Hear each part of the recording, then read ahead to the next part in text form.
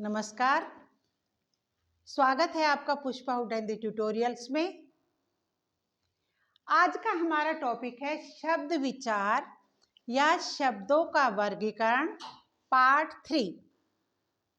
अब इसमें जो है पार्ट 3 में है अर्थ के आधार पर वर्गीकरण। बेटा वर्गीकरण होता है विभाजन।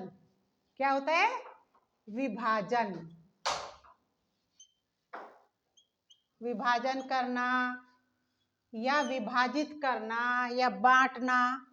तो अर्थ के आधार पर शब्दों को 4 भागों में विभाजित किया गया है।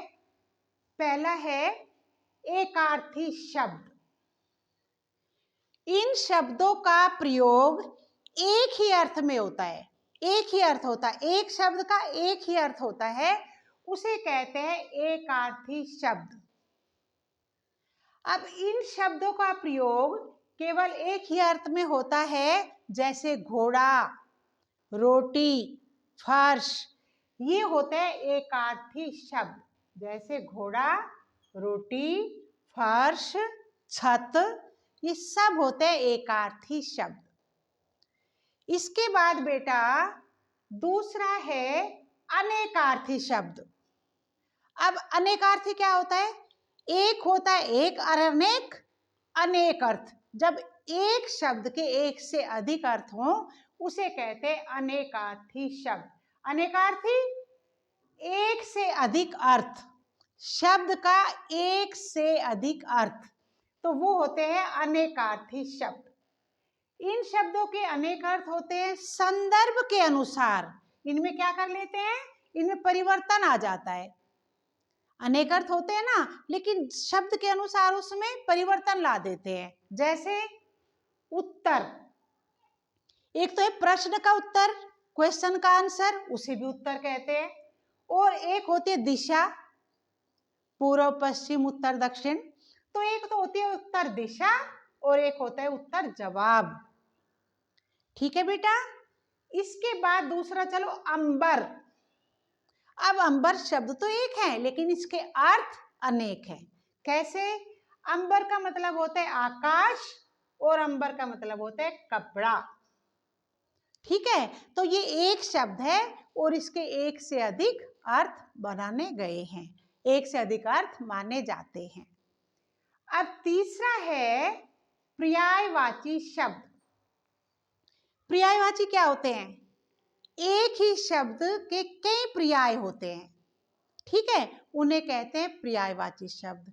लेकिन बेटा ये समानार्थी तो होते हैं लेकिन इनमें सूक्ष्म भेद हो जाता है, क्योंकि जब हम वाक्य के अनुसार इनका प्रयोग करते हैं तो क्या होता है? सूक्ष्म भेद ले लेते हैं। जैसे कि मैंने किसी चीज को कहा, जैसे मैं कहूं अपने लिए कि मुझे पानी दीजिए, तो पानी है, ठीक है, जल पानी एक ही बात है। लेकिन किसी विशेष स्थान पर वाक्य का प्रयोग करूं कि मैंने शिवजी भगवान को पानी चढ़ाया, तो पानी क्या कोई विशेष बात नहीं हुई ना? है तो जल और पानी एक ही, लेकिन जल का कहाँ प्रयोग करना है और पानी का कहाँ प्रयोग करना है। अब शिवजी भगवान के लिए मैंने कहा मैंने उन पर पानी चढ़ाया, तो पानी चढ़ा दूं तो बेटा पानी का कोई महत्व नहीं है, क्योंकि विशेष वाक्य में प्रयोग कर रही हूं ना। तो इसीलिए क्या करना है हमें? मैंने शिवलिंग पर गंगा जल चढ़ाया, ये सूक्ष्म भेद है। गंगा का पानी चढ़ाना वो अशुद्ध हुआ, और मैं कहूं कि मैंने शिवलिंग पर गंगा का पानी चढ़ाया, गंगा का पानी एक सामान्य सी बात कह रही हूं ना, तो ये तो हो गया गंगा का पानी चढ़ाया, ये तो माना जाएगा अशुद्ध। और मैंने शिवलिंग पर गंगा जल चढ़ाया, ये माना जाएगा शुद्ध।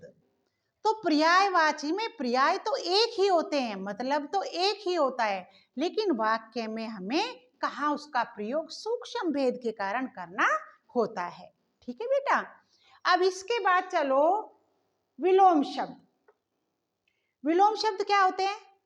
विलोम शब्द होते हैं किसी एक कोई भी शब्द है उसके अपोजिट जाना, उसके विपरीत जाना। अब देखो ये विलोम शब्द है, एक शब्द का विपरीत अर्थ देना विलोम शब्द कहलाता है। जैसे धनी निर्धन, अमीर गरीब, अपना पराया, दिन रात, उसके अपोजिट जाना, वो होते हैं विलोम शब्द। इसी तरह से बेटा प्रयोग के आधार पर वर्गीकरण, अब प्रयोग के आधार पर वर्गीकरण हो रहा है ना।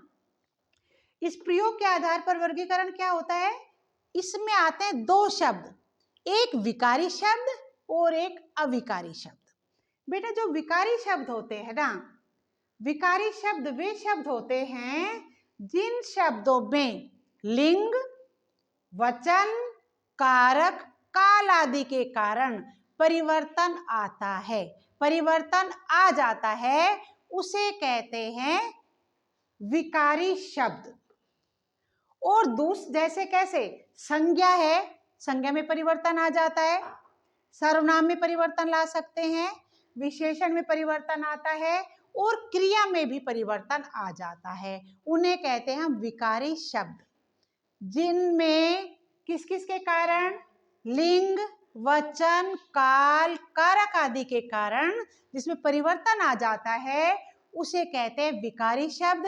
विकारी शब्द है संज्ञा है, सर्वनाम है, विशेषण है और क्रिया, ये होते हैं विकारी शब्द। और बेटा दूसरे हैं अविकारी शब्द। अब खा पाठ में अविकारी शब्द जो हैं, जिन शब्दों के रूप में लिंग, वचन, कारक, काल आदि के कारण परिवर्तन नहीं होता, उसे कहते हैं अविकारी शब्द। जैसे क्रिया विशेषण, क्रिया विशेषण में कोई विकार नहीं ला सकते, कोई परिवर्तन नहीं होता। संबंध बोधक में, समुच्चय बोधक में और विस्मय आदि बोधक में। बेटा ये जो क्रिया विशेषण है, इनमें ये अपने आप में पूर्ण शब्द होता है और इनमें कोई परिवर्तन नहीं आता। तो प्रयोग के आधार पर ये लास्ट था, इसमें विकारी और अविकारी शब्द हुए। अविकारी शब्द वे हुए जिनमें कोई परिवर्तन नहीं आता, उसमें हुए क्रिया विशेषण, संबंध बोधक, समुच्चय बोधक और विस्मय आदि बोधक।